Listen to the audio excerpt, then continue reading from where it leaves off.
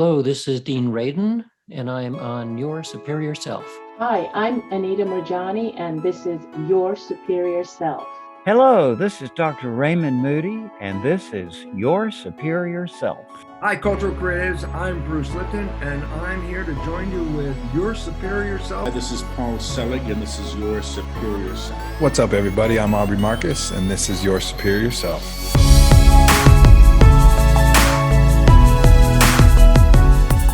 Hey everyone, I'm Mona Sobhani, and you're listening to Your Superior Self. Mona, thank you for taking the time. I cannot wait to talk to you tonight. This is quite fascinating, actually, because I found your book in a catalog of a publisher that I work with, and I saw the title and I saw your credentials, and I was like, I have to have her on the show. So with that said, thank you for joining. And can you give everyone kind of like a quick rundown of your credentials and your background? Yeah, absolutely. Thank you so much for having me on. I love having these conversations. I never get tired of them. So yeah, I am a cognitive neuroscientist. I have a Ph.D. in neuroscience from University of Southern California. I studied neuroscience in undergraduate also. I've always loved the brain. I stayed in academia after my Ph.D. I did a post-doctoral fellowship at Vanderbilt University looking at law and neuroscience with the MacArthur Foundation. And then I moved into learning about business and venture capital. So I went to UCLA to do that for a bit. And then I missed research. So I went back to University of Southern California, where I got my PhD, to join a digital health center to kind of take those behavioral cognitive neuroscience skills that I had and translate them into tech applications. So doing research with apps and wearables, measuring physiological and behavioral signals, trying to predict like health and behavior. So that's my normal professional background. How do you go from this traditionally trained, materialistic, empirical, observational, systematic scientist to writing? I've seen your website. You have a large number of publications that range from law to health tech to a large range of things. And then now you've written this book, and it's titled, what is it titled? It's titled Proof of Spiritual Phenomena. Yeah. Tell me about that. Yeah. The publisher chose the title, by the way. I was in that title. Well, scientists would never use the word proof. No, never. Yeah, absolutely. But yeah, what happens is that essentially my worldview, which was defined for me by the scientific materialist paradigm that that most of Western society subscribes to, just wasn't working out for me. Although it's easy to say that now, I didn't realize that that's what was happening. But I had an existential crisis, essentially.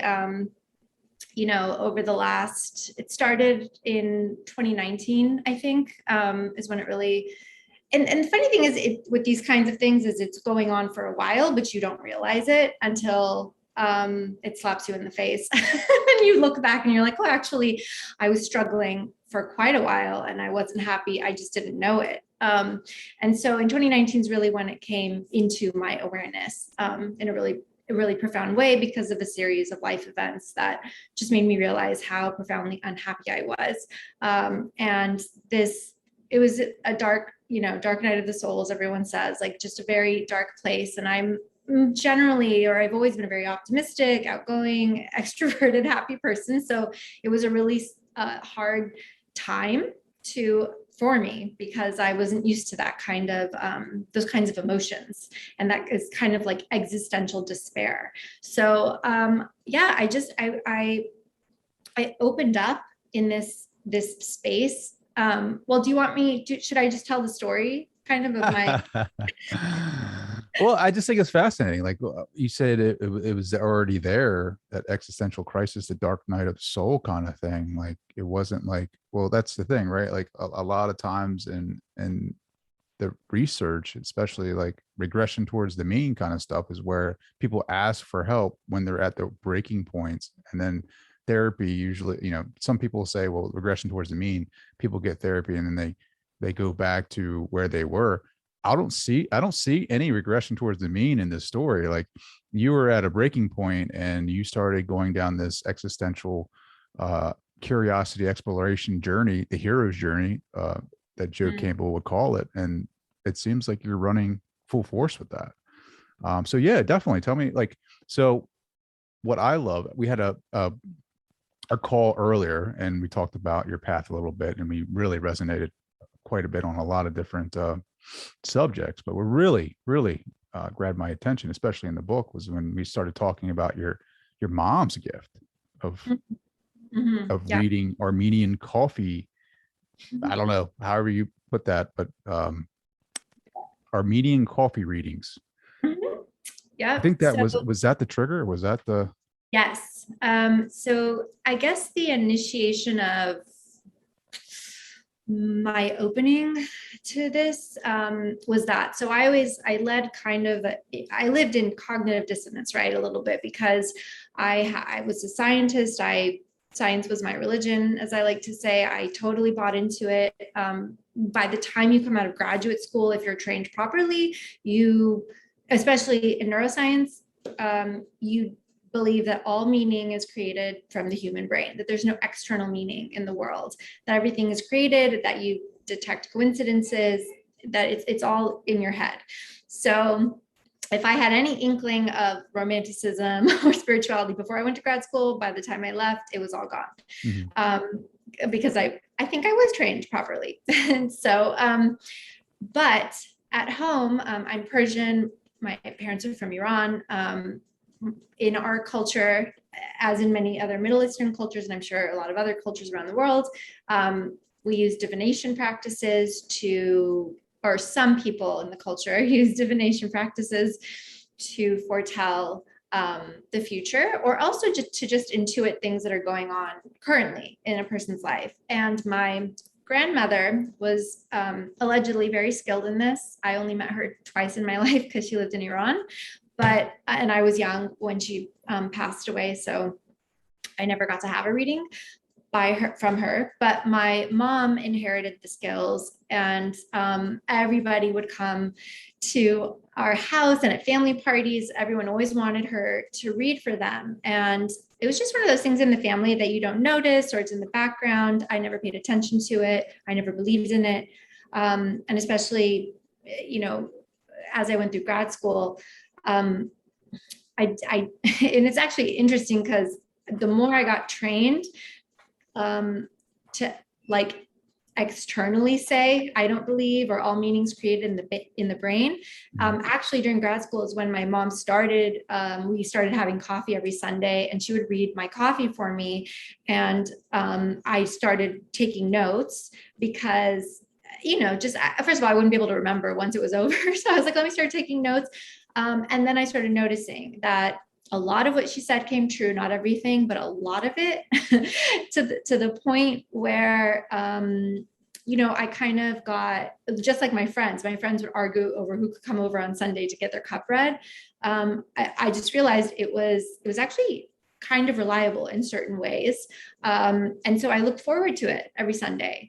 And she really gave insight about, like, she would know details that were just not possible. And as I went through grad school, and learned statistics too, it just became more and more like crazy to me that she could possibly, like, how could she possibly know these very specific small details about things in my life that there's no way she could know about. Like there's things we don't share with our parents. I didn't live with her. Like there are just things she couldn't have known. And yeah, so over that, I lived in this cognitive dissonance of, like, over grad school, like, if you asked me, I would have told you I don't believe in it. And I would have said meanings created in the brain. But experientially, I was, like, I guess secretly but it wasn't even, I wasn't consciously aware of it, but I every Sunday went for my readings, and it was her predictions of a few certain events that happened beginning in 2016 that were so significant in my life, and she saw them so far in advance and with such specific detail that made me certain that this was a real phenomenon, that even though we didn't understand in science, we didn't have a model for it, that it's like, it's real. I don't know what to tell you. So, I mean, I didn't talk about it with a lot of people, but it's interesting. I wasn't embarrassed about it the way that I would be after grad school. So like, as you go through training, and you graduate with your degree and you feel like you have a responsibility as a scientist in certain ways, to say certain things. But when I was going through the training, I remember some of my grad student friends, I would tell them, and it kind of wasn't a big deal or anything. But yeah, by the time I graduated, I would never have admitted, talked about it with anyone. So, but yeah, she was extremely accurate. And I'm like, okay, we don't understand how it works, but this is a phenomenon that for over 10 years, I've taken notes. What she says is reliable. I don't know how it's happening, but it is. So that's where it is. So that sparked an interest, but during that time, you were very entrenched in your materialistic mindset. What was your spiritual? Was there a spiritual practice? Was there a spiritual belief? I mean, were you an atheist? Like, what did that look like at that time? It's so funny. I wanted to be an atheist, but I was actually agnostic because I didn't believe that you could prove or disprove. Like, especially after grad school, I'm like, we don't have the tools to know our method. We have no way of knowing. There's no way we could know for sure. So I just became agnostic, even though I liked the idea of atheism. I was anti-religion, anti-spirituality. Like, I kind of was anti all that stuff, partly because of my parents' background, coming from a country where religion took over, but also just from science, So I didn't have a spiritual practice at all, and I didn't want to believe in anything. And that was another reason I think I found it very difficult to accept fully or talk about the coffee readings, because, or why they perplexed me so, because what does that mean, that you can tell the future, Sure. And my mom would say things like, she's spiritual, she's not religious, but she's spiritual. So she would say things like, oh, there's some once in a blue moon, she would say something like, there's an angel helping you. Okay. Or she would say things like, oh, this is in his fate or something. And she would say things like that. And then I would like question, like, wait, what do you mean? There's angels? Like, what do you mean by fate? But the interesting thing is she just kind of, I've come to learn it's like she's channeling. So it's not like she's always thinking of what she says. And it's not like she can explain it to you. She just chooses the most appropriate word available to her at the time. And so she can never answer my questions. Like, I would be like, is there fate? Is there destiny? Is there free will? Is there a God? Are there angels? And she would kind of dance around it, because she's like, I don't know. Like, no one knows, but she'd be like, this is what I see in the cup. Sure. That's interesting. That's so interesting. I think a lot of psychics, I think a lot of tea leaf readers, Armenian coffee readers, I think they're using that technique as a tool to access higher levels of consciousness. And the reason why I say higher levels of consciousness is not necessarily because it's a higher level of consciousness, but because we can't understand it. Like, we can't comprehend it within our reality. It's like the cell in our bodies can't really it doesn't have the concept of what we are as a body, right? Like the overall, like, gigantic picture of it. So when I say higher, it's like outside of us, because I can't really comprehend that, right? But I can explore that. And by just researching, the topics that you've researched, I can see the larger consciousness system. I can see the, universal source, and experience it through like little experiments, like the things that you've done. But your mom, I think, has an ability to use that technique as a tool to access that and receive information from a higher consciousness system that gives us kind of like I don't know, maybe it's destiny. I don't know. Maybe it's predestined. I don't know. But with free will in the play there in the mix, I think there's so many different things that can, so many different variables that can change an outcome. But, you talk specifically in one about one reading where she was like pretty, I don't know, she was dancing around it pretty much, but it involved death.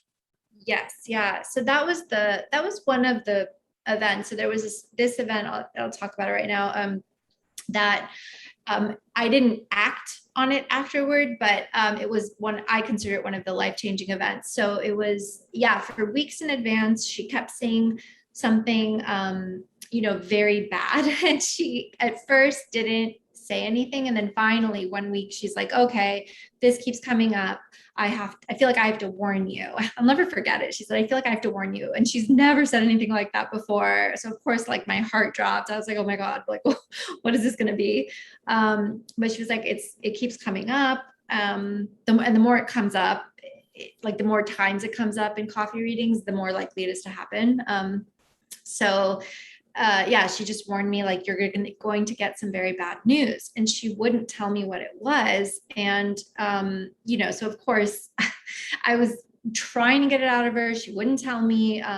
But for like 5 weeks after, and she had already been seeing it for a while. And for 5 weeks, every week, she just kept seeing it and she would not tell me what it was. And she said that she didn't want to be wrong or make me unhappy before it happens, because what if it doesn't happen, and whatnot. And so I just lived in this constant state, because by this point I knew this was past, I was out of grad school. This was in 2016.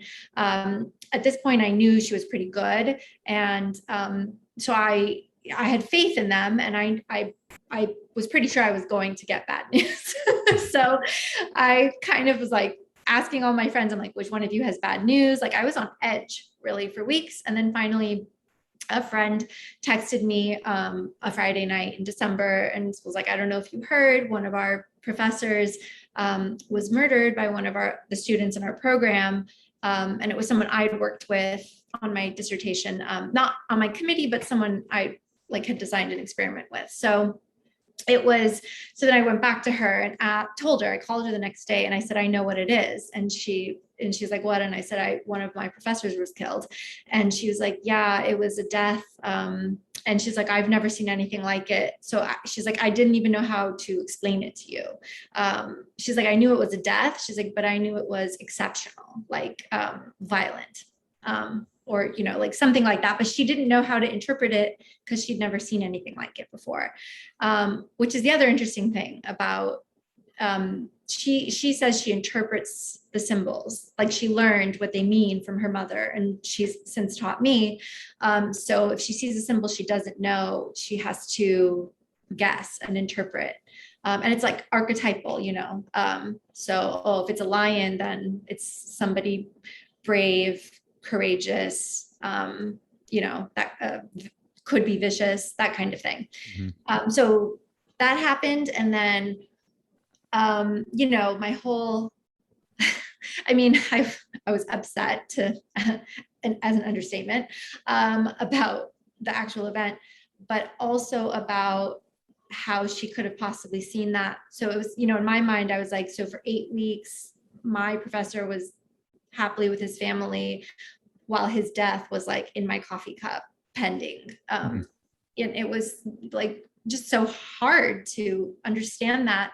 And that's when I really kept asking her, was it his fate, was it destiny, was it and she didn't know, she didn't have an answer.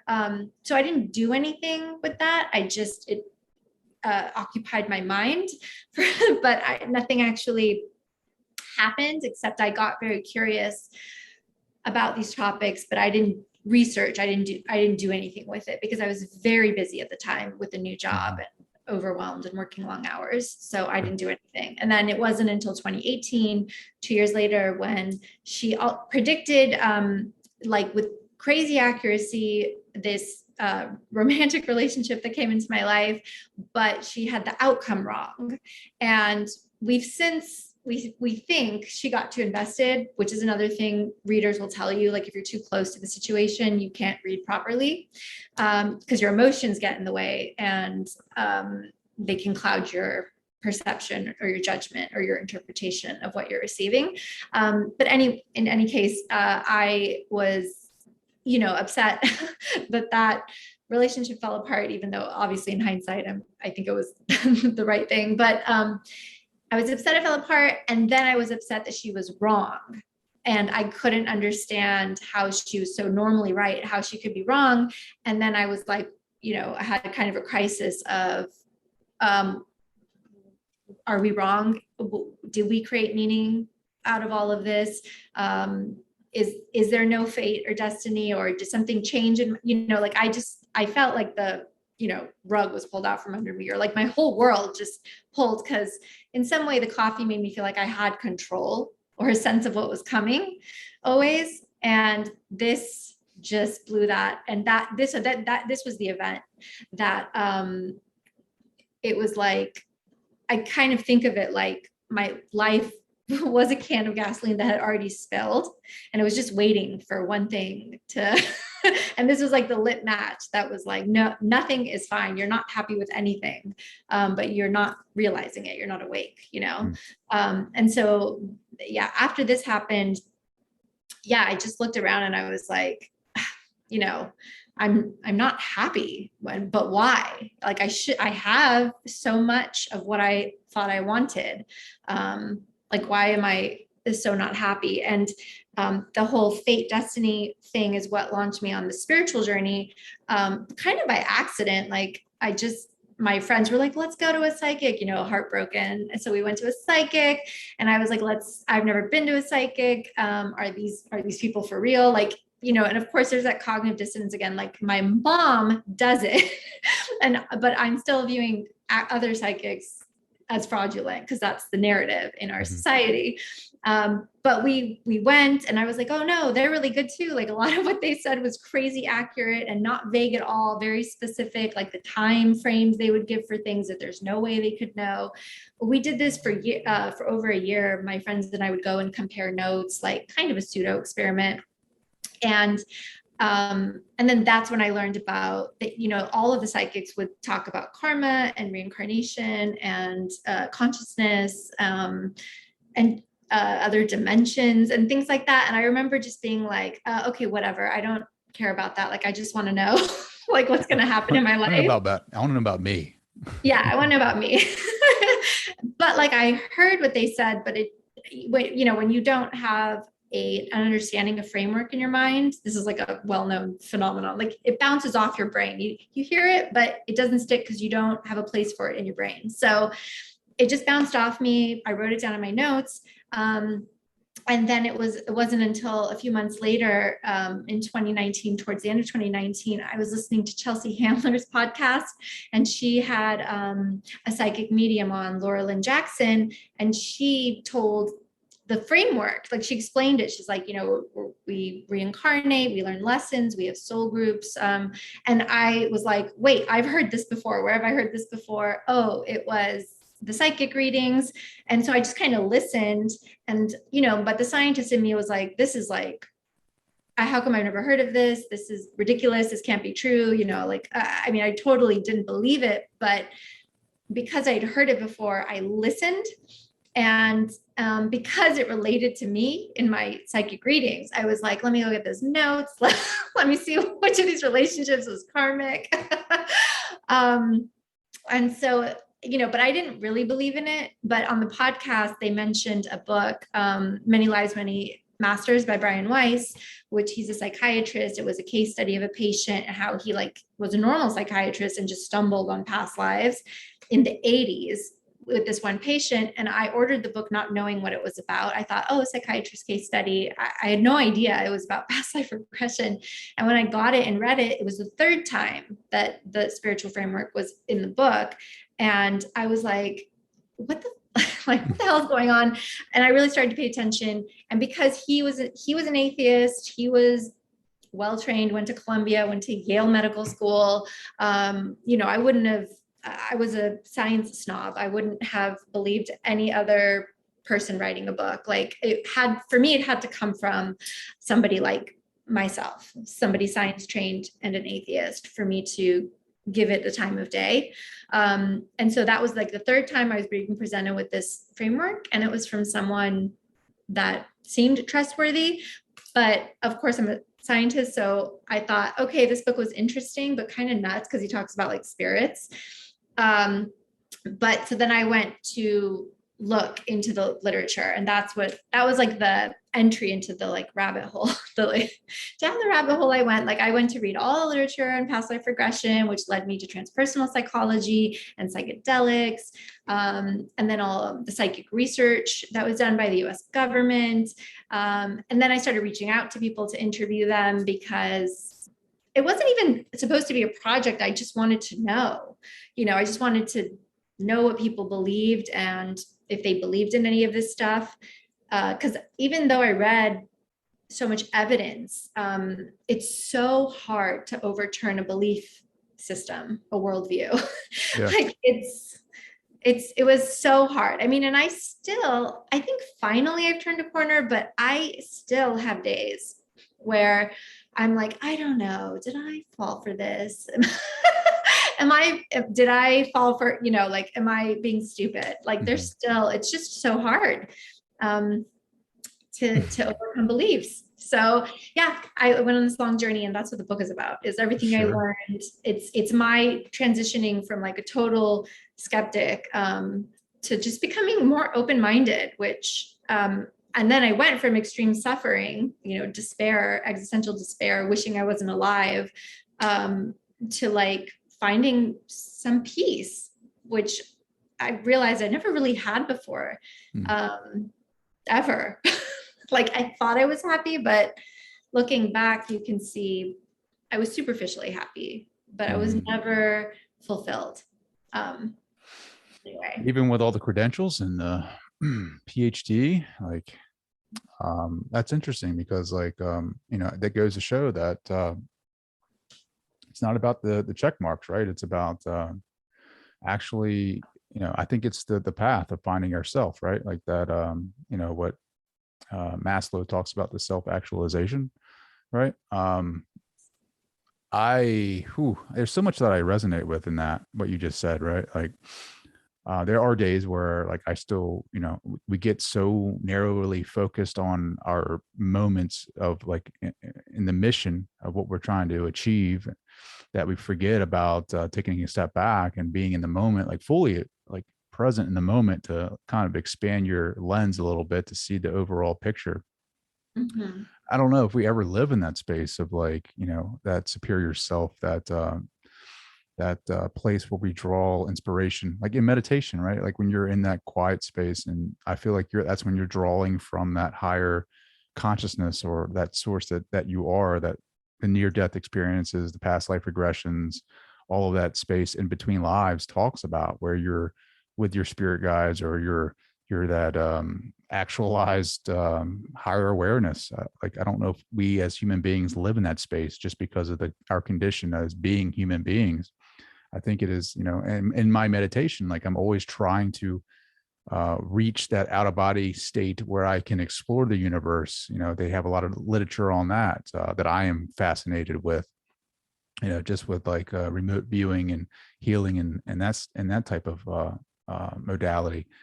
But in my meditation, it was like, well, why do you think you're here? Right? Like, I mean, why are you here? It's to learn. This is like, you're here for a reason, not just to get out of your body, like your consciousness out of your body, using your imagination to stretch yourself out through the cosmos and like learn from these higher beings. Like it's about being here and evolving your consciousness into being finding those states of gratitude, of being grateful for your situation, no matter what. Like if you can be grateful for whatever your life is unfolding in whatever way, like if you can be grateful for that, like that's a huge evolution for your being. Like, like try not being a dick for a day, like.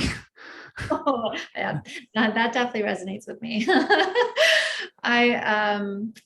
No, I completely agree. That's one of those, I mean, that nails actually what I'm talking about. Like the realization that I had is, yes, the degrees, I mean, whatever, all your accomplishments are nice, but it's really like, valleys and peaks, up, but then down, because it's not, it ends. Oh, I cut out a second. Sorry about that.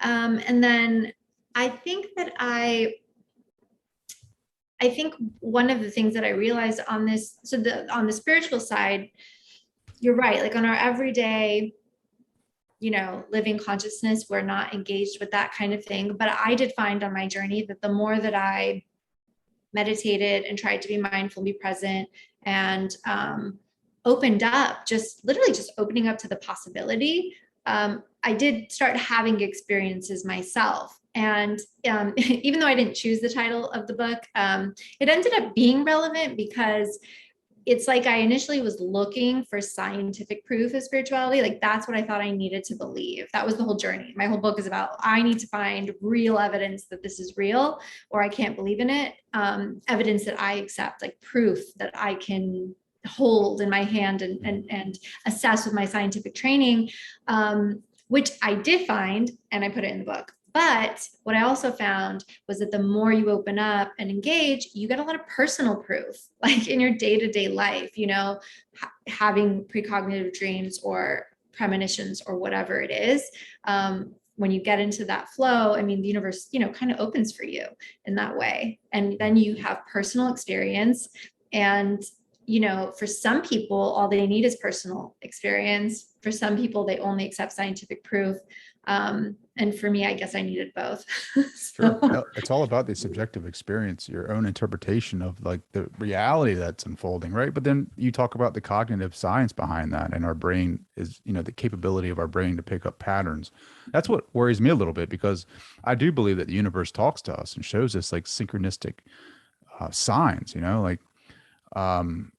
I've talked about this a couple times on the podcast where I'm seeing repetition in numbers, like 4, like everywhere. Like I'll look at, like I'll not genuine. I'll out of nowhere glance at my watch and it'll be like 7:44, or I'll be driving down the highway and I'll see 3 cars with 44 in their license plates, or I'll look at my watch and it'll be 4:44.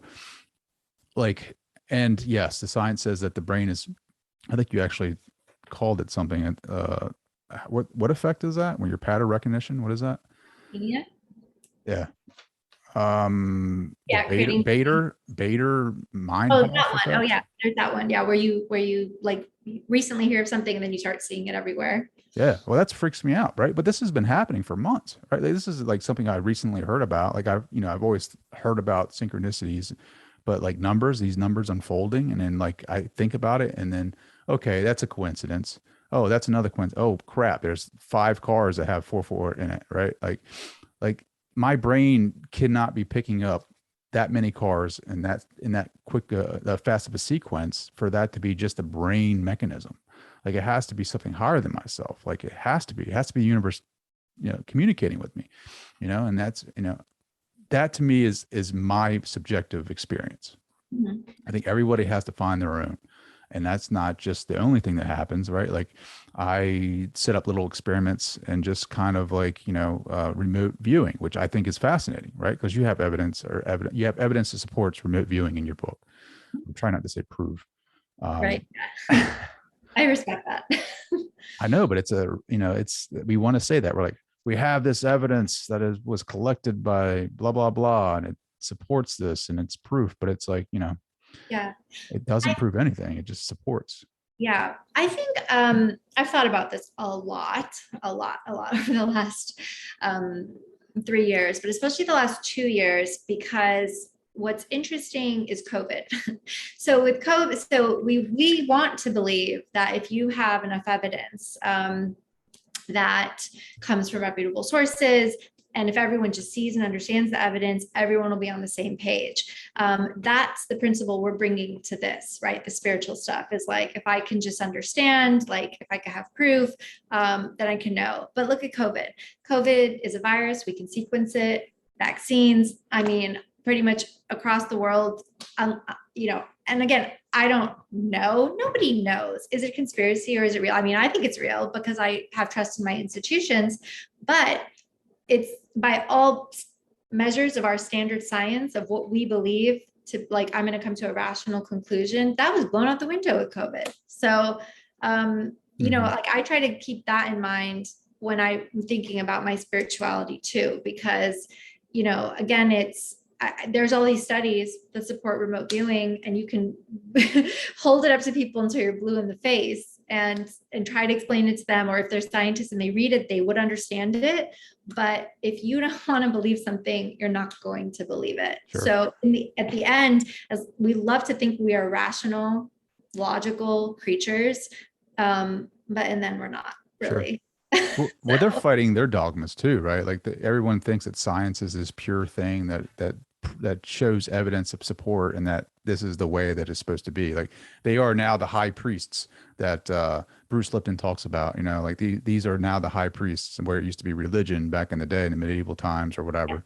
The high priests of religion used to be the people of authority. Now it's the scientists. And when scientists say this is the way it is, and then that's the way it is, you know, supposedly. But it has its own dogma too, and their own beliefs. Like they're, you know, and you talked about my boy Dean Radin, his book Real Magic, and your book, and in his book he talks about how his publications were not being published because of the dogma that's out there in scientific journals.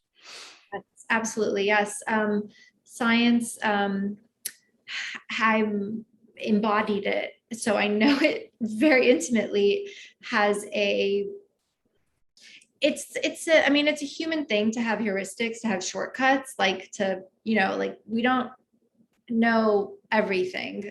Like the things that we believe, again, we didn't come to rationally. A lot of them are shortcuts. We've accepted beliefs from our culture, from, you know, the people around us, our social circles, etc. It's the same with science.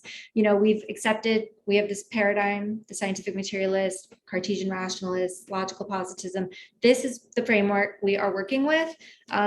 So that's the religion. If you go against it, which is extremely anti-scientific, actually, very close-minded, and the opposite of the spirit of inquiry that science is supposed to have, you will not be published. You'll be ostracized. You'll be stigmatized and criticized. And that's why I wrote the book, actually, is I've always been a little bit of, problem with authority. And I don't like, I'm always a little bit, I don't like convention totally. So I just realized as I was doing the project that in these private, confidential conversations I was having with other scientists, they would tell me crazy stories, admit they had, some of them would say they believed in certain things. Some of them wouldn't go that far. They were careful, even though it was private. But I would say a lot of them were open, and all of us agreed that we do not have all the answers to the universe, and that any of our assumptions about time, about physics, about anything could be wrong. That if you're a well-trained scientist, you have to admit that. But in private, they admitted much more than they would publicly. And I found that in Dean Radin's work. So after I was already having these conversations with my colleagues, realizing that, and then I read Dean Radin's work and I thought, oh my goodness, of course, of course, and I think a lot of other researchers I've spoken to that do Sci or are interested in Sci research have mentioned that to me, that normal scientists at prestigious academic universities reach out to them all the time saying like, hey, I had this weird experience. Can you explain it to me? And they're looking for one person to be able to talk about it with, because it's so stigmatized. You can't talk about it with your colleagues at work, God forbid, So, and I found that to be the case. And I just want to push back against that, because I just think that that's so unscientific. And, Jeff Kripal at Rice University influenced me a lot. He's the chair of philosophy and religious studies there. He wrote a book called The Flip, and it's about scientists who have flipped. And he talks about, how these are really common experiences. They're common human experiences that everyone has, but we don't pay attention to them anymore. And we definitely don't talk about them anymore just because of Western culture. And what a shame, we're like missing part of our human experience, suppressing it, as well as holding actual scientific inquiry behind. So that's why I wrote the book. I love the part in the book about well, two things: your past life regression and your psychedelic experience. So, your past life regression, like, walk me through that. Like, was that uncomfortable for you? Yeah, the past life regression was super interesting because I did it about over, it was definitely over a year ago. And it was kind of right in the middle of my transition. And it was right in the middle of my identity crisis. So it was not a good time for me emotionally. But yeah, I finally got to do it because, I switched therapists the week of the COVID lockdown and only met my therapist one time in person. And then we went virtual, and she wasn't doing regressions for anyone via Zoom. But I managed to convince her to do it for me a year later. And yeah, it was interesting. I mean, I meditate every day. I have been meditating for years, every morning, and I'm pretty good at, clearing my mind and letting images come in. So that part of it was easy. And she did warn me beforehand that, she was like, you're going to feel like you're making everything up, but just keep going. Just say whatever comes into your awareness. And so I did that. And I just it's the same spirit I tried to bring to everything on this journey is, like, I'm so controlling and I have so many reservations, but just fucking let it go, sorry, I hope we can cuss on this. Like, just let it go. And so I did that, and we did it. And I just told her whatever came to mind. I didn't have any intention. It was, we kind of said whatever needs to come up will come up. And I just started describing images of, like the first thing I saw were interlocked, kind of like a Celtic symbol, and it was carved into stone. And so I told her that. And then, she's like, well, she kind of was like, okay, what else do you see? She never led me. She was just like, what do you see? Turn around, look down, look up, what do you feel? And I just slowly painted this picture of being like in this Irish farm in like the 1850s. And she asked me what I was wearing, and I looked down and I was like, oh, ew, I'm poor because I'm wearing ugly clothes. And it was just a very sad life. It was, my parents had just died at the point that I came into the life. I ended up getting married and having kids. And like, we went through the whole entire life, and it was insane to me. Like, I just kept seeing images. So I would just keep telling her what I saw. And there were so many details, and it's hard if you don't experience this, it's hard. Like, I always go back to my science mind, and my science mind would be like, it's your imagination, you made it up. But there's a difference between active imagination and receiving and reporting what you're seing. And I think unless you are intimately familiar with those states, you can be skeptical. But I know that I was not actively imagining. And if I was, I definitely would not have chosen a poor Irish life. So anyway, so it was like the whole life, we went through it. And then at the end, and I was kind of like just in reporting mode. And then at the end, I died on a bed from, some illness, and my spirit floated up and into the space between lives. And she said, like, now you're going to meet with the other souls from your life. And the first one was my husband from that life. And it was so weird because like, our souls met, and then my therapist asked me, oh, what's he saying? And I was laying on the couch, not couch, actually. I was laying on the couch with eye shades on and headphones. And I just started like weeping is the only way I can describe it. I couldn't even answer her question because there was just like emotion from my stomach that came up, and I just started crying so hard. And it was that kind of emotion that, sometimes you feel sad and then you cry, but then there's other times when there's just emotion and your brain hasn't caught up. Like, it's like, why are we crying? It was one of those. And I've only had those when I get really bad. Like, if someone tells me they're sick or when I get really bad news, it's only happened a few times in my life of that my body reacts with the emotion and then my brain is like, what's happening? Oh shit, we're upset.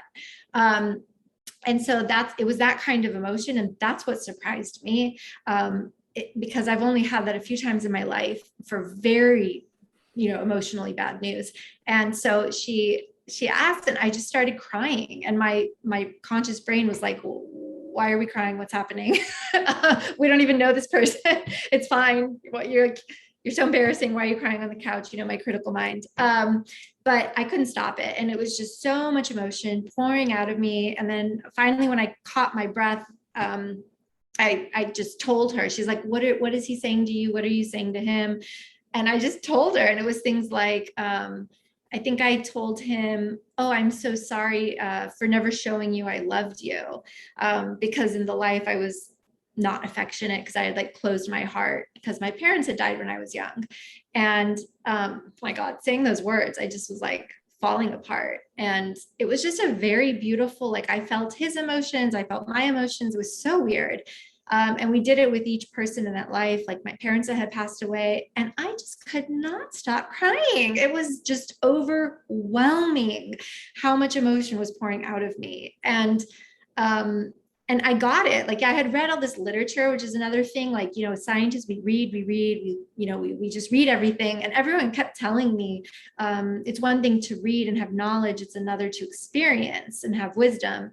And it wasn't until that moment that I really understood that because I kept reading about how cathartic past life regression was and how if you make up a story, you're not going to cry. You're not going to be able, you may or may not, but most likely you're not able to tap that kind of cathartic emotion.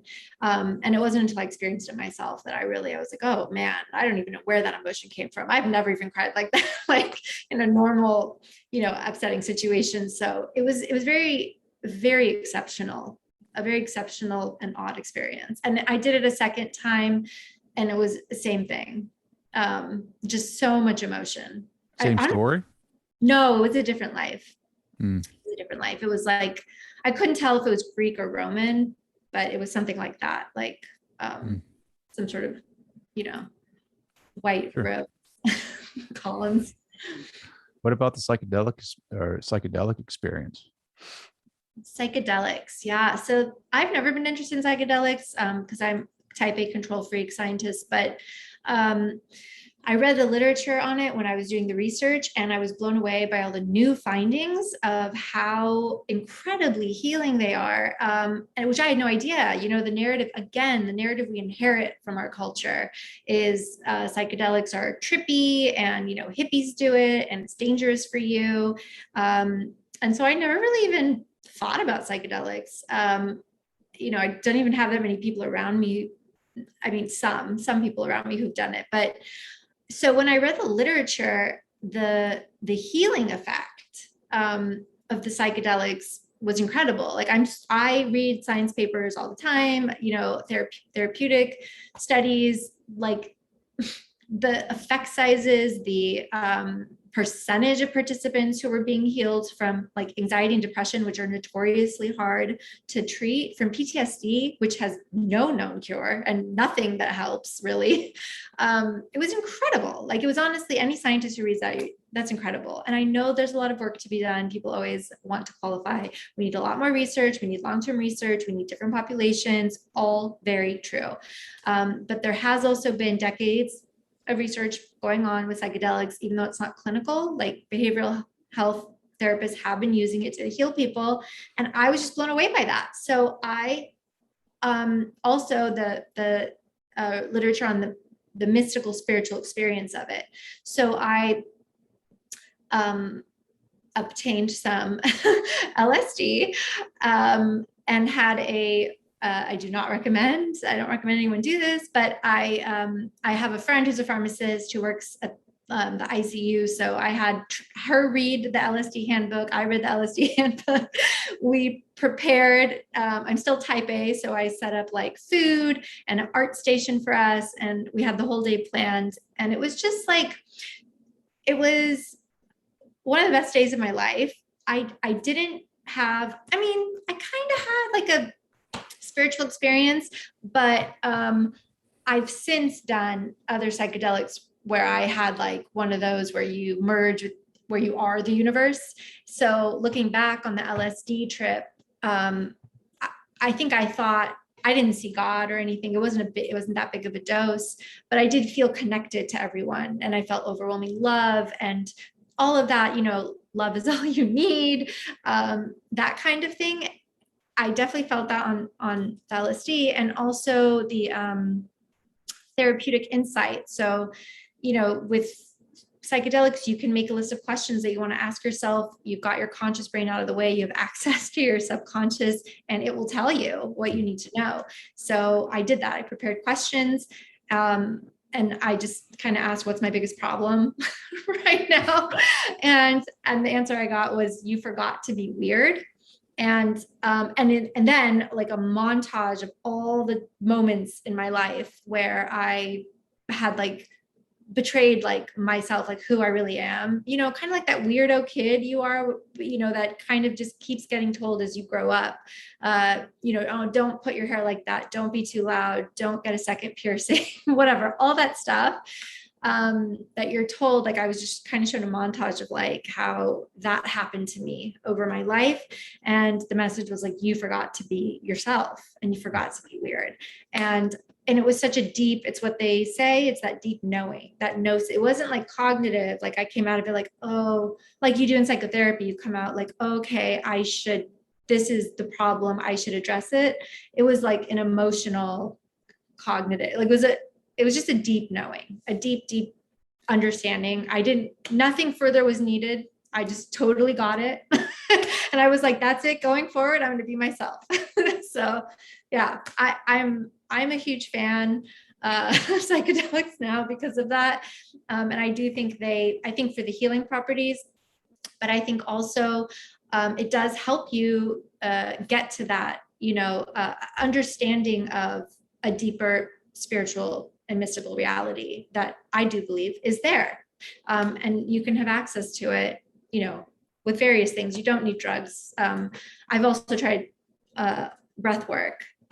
So I always want to be careful. I don't want to promote drugs until they're legal. Yeah, sure. It's like, I haven't done psychedelics. I'm really going to try the natural way of meditation and breath work before I even try to dabble in that, because I feel like if you're not prepared for that, like it shoots you into the universe and you don't know how to, you'll have this experience and you won't be consciously evolved to experience it in a way that you should, the best results, right? Like you might be too, I don't know, you may have handled it a lot better than I would have, right? Like I don't want to have, I don't want to be able to not put back my consciousness, you know what I mean? And so I also had one of those experiences where it was a difficult trip, probably the most difficult you can have. So I get that. And I do think you need a lot of preparation, a lot of support, a lot of experienced people around you. I do not recommend, for sure. I just really do not recommend people do it, willy-nilly. If you don't know anything about it, I definitely recommend doing research, finding people who are experienced. You need a very supportive community. For sure. You have I think a mailing list or something about that, right? Like you Yes. have something on your, how can people find that on your website? Yeah. I write a newsletter on psychedelics, but it's not just psychedelics.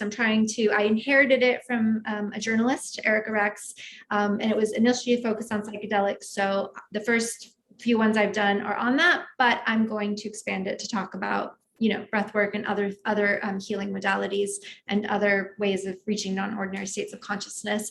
It's called The Brave New World of Psychedelic Science. It's a Substack. I can link you to it because it's a long hyperlink, but you can also go to my website. It's Sobhani, and you can sign up for the newsletter on my website. I'm signing up for that. Mona, this has been awesome. Like you're gonna have to come on in the future and we're gonna have to talk neuroscience or whatever, spiritual, consciousness, all that stuff. I love that stuff. So I love it. Thank you so much. Gone by so quick. Yeah, it's been a pleasure. Thank you so much. Thank you.